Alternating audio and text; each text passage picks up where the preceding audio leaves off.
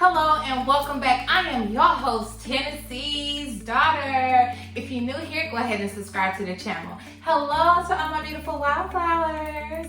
Today I want to talk about one very common form of abuse that gets overlooked by a lot of people, and that is emotional abuse. So without further ado, let's get right into it.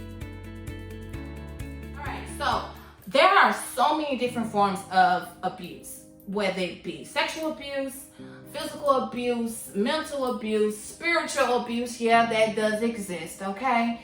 And emotional abuse, which I want to talk about today. Emotional abuse gets overlooked a lot of times because I think people don't really know exactly what that is, or they don't have a great example of what emotional abuse is. Emotional abuse, for me, and the way I understand it to be, is when people go up and down with other people all the time.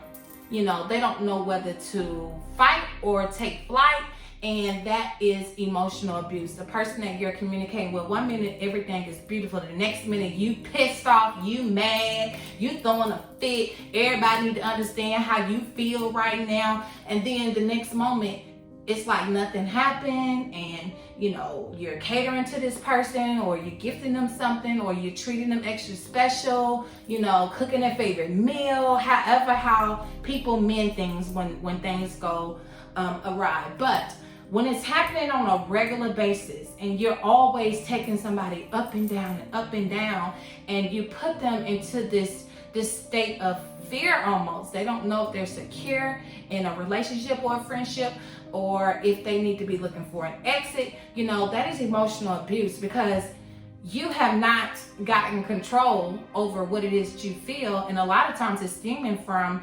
past traumas, things that you've been through, things that you have suppressed, things that you have ignored, or just simply brushed under the rug, and you figure you'll deal with it at a later time.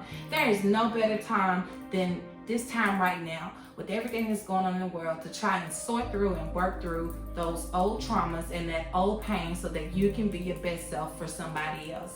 This does not matter whether you are in a relationship with this person you're taking up and down, or you have a friendship with this person you're taking up and down. It's very unfair to the person that's trying to be there for you on every level, and yet, you know, you're like this crescendo, you know, and nobody knows how to react to you sometimes. People don't know how to communicate with you sometimes, and it puts them in a very awkward space. And now you're starting to get limited information. They don't share the same information with you. They tell other people. You know, there's a lot of things that are closed off because they don't know how to engage with you anymore. And so I want you guys to be mindful of some of this emotional abuse that you may be doing. That's just one of many examples that are out there. I'm sure that if we all took stock over the way we go about our daily lives and our interactions with other people, we could find new examples of some things that we may be doing that we shouldn't be doing, and start trying to work on that. I think it's fair to yourself, it's fair to the person you're engaging with, for you to be your best self when you are interacting with them, so that everybody else can conduct their own separate lives the same way. We're responsible for so many things out here, and when somebody puts you in a state of fight or flight all the time, you don't really know how to even interact with other people who are not inflicting those type of behaviors or feelings onto you. You don't even know how to, because it's almost like being tormented over here, but then this right here is just a regular situation where somebody may be disagreeing about something. It's okay to have healthy disagreements, but to act like somebody's wrong or you're right is very immature, and it's not fair to the person who you are close with. You know, if we care about each other, we love each other, that's what we should be showing and displaying on a regular basis. You can agree to disagree without throwing a fit, without acting a fool, without feeling like, you know, screw all of this, I don't want to deal with none of this. No, that's not a healthy form of expression. It does not get your point across. It actually makes things a lot worse for you. And I've noticed that even in my own life, I get a better reaction from people when I try to communicate with them from a standpoint where there's some understanding there. and I'm okay if somebody doesn't agree with whatever I say. It's okay. It's just a matter of opinion, and we're all entitled to it. But I want you guys just to be mindful of your interactions with other people, whether or not you are causing them harm, or you're helping them on the journey. A lot of people can take in your opinions and what it is you got to say if you come from a beautiful space. But, no pointing fingers, no shouting, no acting a fool. And then, you don't get any resolve like that. It makes the situation a lot more complicated. And I know it's very challenging and it's very hard for people to try and recondition or reprogram themselves to do things from a healthy perspective, but you're worth the shot. Okay, the person you're engaging with, your friend or your mate, they're worth the shot. Just start working on yourself little by little until you get to the bigger prize. It's so rewarding to know and to be able to look at your life and see the growth that you're showing today that was not present before.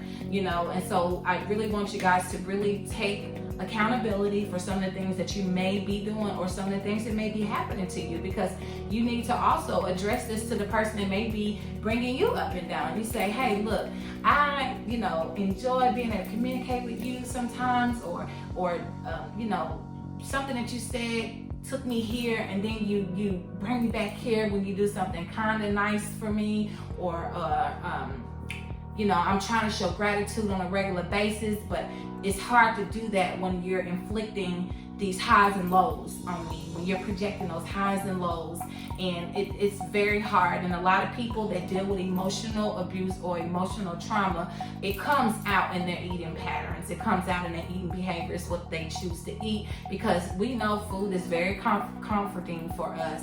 A lot of people won't admit that. They'll say, oh, you know, well, I'm not an emotional eater, but yet, if you really look at it, you tend to eat, more unhealthy things when you're stressed or going through something. It's real quick to pull up to a drive-thru and order this, that, and the third, and to satisfy whatever that is. But you can see a lot of emotional abuse coming out in the way people eat, what they choose to eat, or what they choose to drink or indulge in when they're not working, or whatever it is they're not doing. And so those things increase, so not only are you eating more bad food, but you're drinking more, or you're, partaking in recreational drug use a lot more than what you were doing at first, all because of these unresolved emotional issues that you may be having. But I think that everybody should be mature enough to have those grown folk conversations, so that we're better for ourselves, we're better for everybody else, and they're better for everybody that they're engaged with on a day-to-day basis. Let's all aim to vibrate higher today than we were vibrating yesterday. And that is what I want to talk about. So until our next video, which is going to be released over the weekend, I hope that you guys are taking care of yourselves, and I hope that you can apply some of the things that I said today to your own life so that you can become a better person. If you're new here, remember, go ahead and subscribe. And my beautiful wildflowers, I bid you love, light, and everything in between. Until the next video. Mwah.